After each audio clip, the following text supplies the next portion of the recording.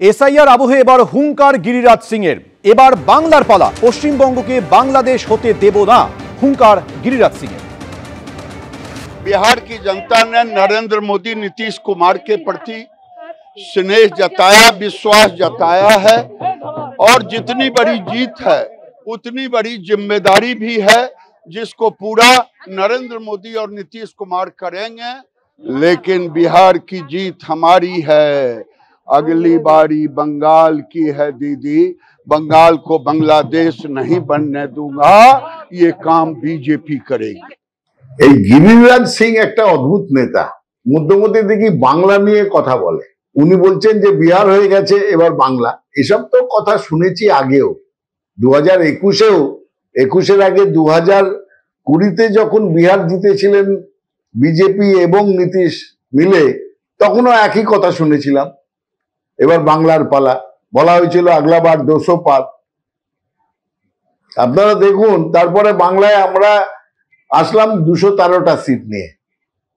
মোদিও পালিয়ে গেলেন, অমিত শাহ পালিয়ে গেলেন। আবার 2026-এ একই ঘটনা ঘটতে চলেছে। বাংলা কোনোদিন বিজেপির সঙ্গে ছিল না, আর কোনোদিন বিজেপি বাংলায় আসতে পারবে না। নাম, বাবার নাম, এপিক নাম্বার সব এক, আলাদা শুধু ঠিকানা আর ছবি।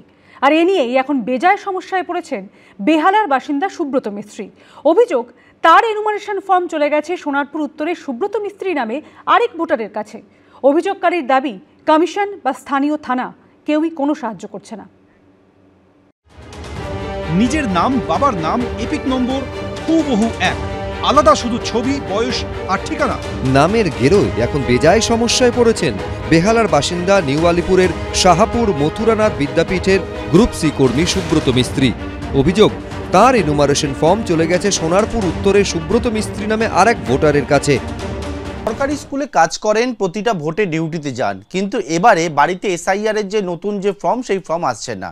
বেশ কয়েকদিন অপেক্ষা করছেন এবং সেই অপেক্ষা করার পরবর্তীকালে যখন তিনি দেখেন অনলাইনে যে নিজের নাম সুব্রত মিস্ত্রি, বাড়ির ঠিকানা বেহালা পূর্বে তিনি ভোটার রয়েছেন এবং সেক্ষেত্রে বাড়ির যে ঠিকানা বেহালা বরিশা, তার পরিবর্তে দেখতে পাচ্ছেন ওনার নম্বর একই রয়েছে, অর্থাৎ যে এপিক নম্বর, কিন্তু বাড়ির ঠিকানা বদলে গেছে এবং বদলে গিয়ে সেটা হয়ে গেছে বর্তমানে দেখা যাচ্ছে, যেটা অনলাইনে তিনি পরীক্ষা করে দেখেছেন, যে সোনারপুর উত্তরে তিনি ভোটার হয়ে গেছেন। আমার কাছে এসআইআর ফর্ম আসেনি, তো আমি চেক করতে দেখলাম আমার নামটা ওই সোনারপুর উত্তরে চলে গেছে।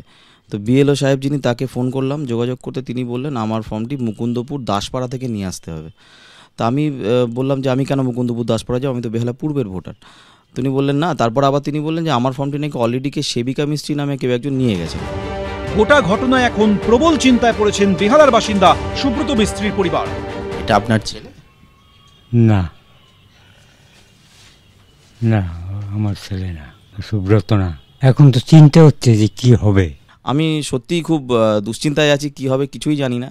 প্রতি বছর আমি ভোটের ডিউটিতে যেতাম, যে কারণেই বুথে গিয়ে ভোট দিতে পারিনি। গতকাল আমি কমিশনে যাই বেহালা পূর্বের অফিসে, তারা সেখানে বলেন আপনার নামটি সোনারপুর উত্তরে এনলিস্টেড হয়ে আছে, আমরা এখান থেকে কিছু করতে পারবো না।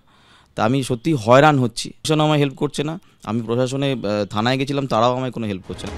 এরপর আমরা পৌঁছই সোনারপুর উত্তরের ভোটার, পেশায় কাঠের মিস্ত্রি সুব্রত মিস্ত্রি বাড়িতে।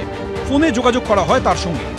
আপনার যে কার্ডটা, এই কার্ডটা কবে থেকে বানানো হয়েছিল? এটা আমার 17 সালে করা হয়েছে, ক্যানিং ভিডিও থেকে জমা করে লাইনে দাঁড়িয়ে আমরা। আপনার এই কার্ড নিয়ে যেটা জানেন নিশ্চয়ই, বেহালায় আরেকজনের সেম কার্ড। আচ্ছা, আপনি জানতে পেরেছেন কিছু? হ্যাঁ হ্যাঁ, বলেছিল আরেকজনের নাকি এই সেম নাম্বার নাকি একটা কার্ড আছে, আমাকে এরকম বলেছি, আমি শুনেছি। আপনি কোথায় থাকতেন? হ্যাঁ, আপনি কোথায় থাকতেন? আমি কোথায় থাকতাম? ক্যানিং। হ্যাঁ হ্যাঁ আছে।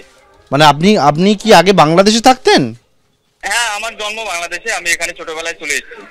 আচ্ছা, কিন্তু ব্যাপারটা হচ্ছে যে এই যে এপিক নাম্বারটা পেয়েছেন, এটা কার্ড নাম্বারটা, এটা কাকে দিয়ে, বাংলাদেশ থেকে এসে কাকে দিয়ে বানিয়েছিলেন কার্ড?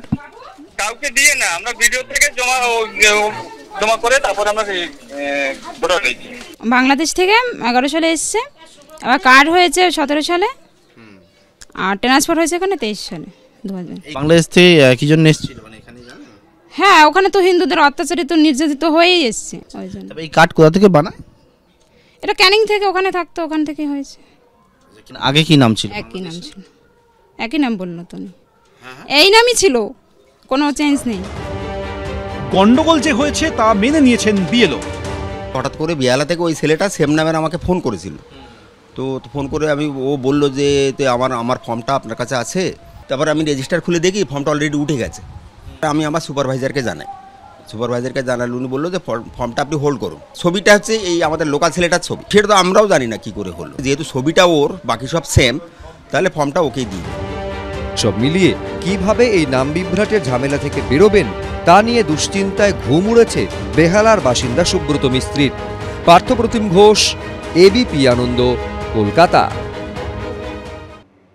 রাজ্য জুড়ে এসআইআর আবহের মধ্যেই ফের নির্বাচন কমিশনের আপলোড করা 2002 সালের ভোটার তালিকা নিয়ে উঠল অভিযোগ। একটি বুথের প্রায় 900 জন ভোটারের নাম নেই নির্বাচন কমিশনের আপলোড করা 2002 সালের ভোটার তালিকায়। আর এই অভিযোগ ঘিরে চাঞ্চল্য ছড়িয়েছে হুগলির বলাগড়ের পোতাগাছি গ্রামে। ফের নির্বাচন কমিশনের আপলোড করা 2002 সালের ভোটার তালিকা নিয়ে উঠল অভিযোগ। এবার ঘটনাস্থল হুগলির বলাগড়ের পোতাগাছি। অভিযোগ, এখানকার একটি বুথের প্রায় 900 জন ভোটারের নাম নেই নির্বাচন কমিশনের আপলোড করা 2002 সালের ভোটার তালিকায়। নির্বাচন কমিশন এই এসআইআর ঘোষণা করেছে, তা এসআইআরটা হচ্ছে 2002 সালের লিস্ট ধরে, কিন্তু আমরা 2002 সালের লিস্ট পাচ্ছি না। এখন আমাদের বুথের ভোটার সংখ্যা নিয়ার অ্যাবাভ 900 প্লাস। এখন এই ভোটাররা একটা দ্বিধাদ্বন্দ্বের মধ্যে ভুগছে যে আমরা কোনো কারণে ডিলিস্টেড হয়ে যাব কিংবা ডিভোটার হয়ে যাব কিনা। এই জন্য বিএলআর থেকে কালেক্ট করার পরে আমরা ফিল আপ করে তাকে সাবমিট করতে পারছি না।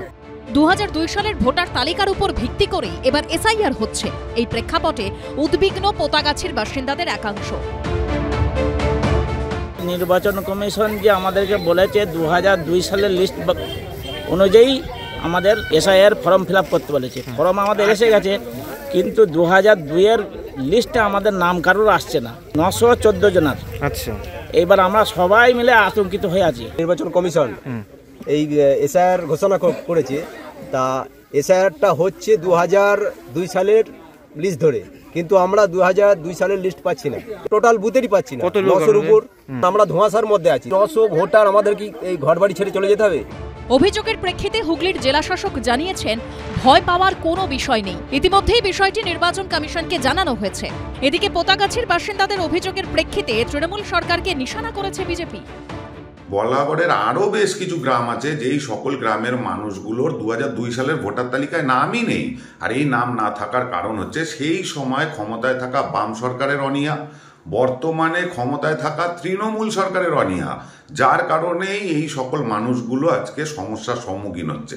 ভারতবর্ষে থাকা কোনো হিন্দুর নাম বাদ যাবে না। আমাদের দলের তরফ থেকে এটা একটা বিশাল বড় বার্তা যে কাউর নাম বাদ যাবে না। যদি তারা এতদিন ভোট দিয়ে থাকে তাহলে যেরকম ভাবে হোক সে ভোট দেবে। দরজা তো চলছেই, কিন্তু সাধারণ মানুষগুলোর এই ভোগান্তির দায় কে নেবে? সৌরভ বন্দ্যোপাধ্যায়ের রিপোর্ট, এবিপি আনন্দ, হুগলি। এবিপি আনন্দ, এগিয়ে থাকে, এগিয়ে রাখে।